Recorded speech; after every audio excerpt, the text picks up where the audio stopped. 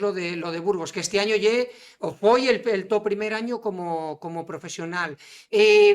Pero, Pelayo, ¿por qué la bici? ¿Non te dio por fútbol o que es lo más típico? Sí, bueno, no. Supongo que como siempre fui un poco inquieto y un poco nervioso y demás, pues en la bici desfogabas un poco, ¿no? Cuando tú sabes ahí que llegabas a Claro, casa cansado. Entonces, bueno, yo creo que era el deporte indicado.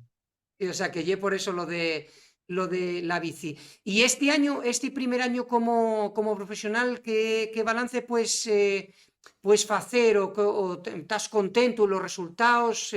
¿Cómo foi este primer año? Bueno, un poquitín un año de aprendizaje, ¿sabes? Porque al final llegas nuevo a la categoría y tampoco sabes qué esperar, ¿no? Encima corres pues con la gente que sueles ver por la televisión, entonces bueno, y todo como un poco nuevo, un poco impactante. Y bueno, poco a poco pues te vas haciendo ello, te vas acostumbrando pues a estar ahí metido en carrera y pues el aprendizaje y demás que tienes que no tienes en amateur, ¿no? Las carreras se corren muy diferente, los equipos están mucho mejor organizados, todo es un poco nuevo y sí que es verdad pues que hasta mitad de año no, está un poco perdido, entre comillas, pero ya de la mitad para adelante, pues entre lo que aprendí yo y lo que me ayudaron los compañeros, yo creo que ya adaptado y para el año que viene yo creo que totalmente adaptado y con muchas cosas ya aprendidas. Porque comentaba